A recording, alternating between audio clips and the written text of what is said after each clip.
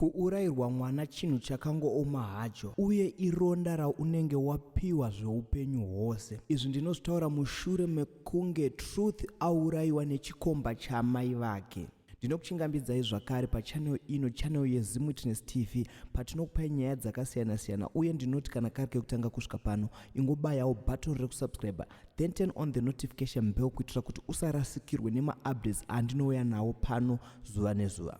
So nyaya yandadzoka nayo muzuva ranhasi inyaya yemwana ane 2 years aurayiwa nechikomba chaamai vake achiita zvekuroverwa kumadziro kuchitungwiza muna danga. Zita remwana uyu anoitwa iye Truth. Murume wekuuraya mwana anonzi akarambwa iye namai vemwana uyu, asi haana kuda kuzvitambira, zvichireva izvo kuti murume uyu airamba kurambwa. Murume uyu anonzi iye aipota achienda kunoshungurudza mukadzi uyu paanenge angozvifungira. Anonzi iye akatombopwanya mahwindo epamba panogara mukadzi uyu, akatombosvika pakudira imba yemukadzi uyu Petro achida kuitungidza kuti ibvire.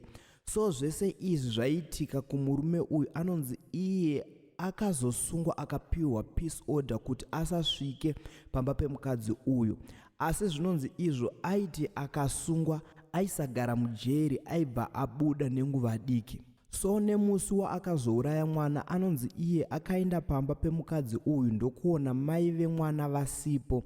Vainge vaenda kuzengeza kunoruka client nekuti vanoita basa rekuruka. Murume uyu anonzi iye akasvika pamba apa ndokunoka achida kupinda mumba, asi vana vaivapo vakabvunza kuti aiva ani, asi murume uyu akanyepa zita akati iye aiva hanzvadzi yaamai vemwana. Zvinonzi izvo vana vakamuvhurira do akapinda. Murume uyu apinda mumba kudaro, panonzi ipo paiva nemwana weform 2 aivamo mumba umo.